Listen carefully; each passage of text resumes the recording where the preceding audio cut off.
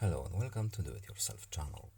Today I will show you where to find the option and how to turn on the extra dim function, how to turn it off, and where to change its options. So first we need to go to settings. Then in settings we're looking for accessibility options menu, then vision enhancements, and now we're looking for the extra dim options. So here is the switch to turn it on or off. When we open the extra dim option, we can change the intensity of our dimness, as you can see here, and we have this option here, so we can turn off after the restart, on or off switch.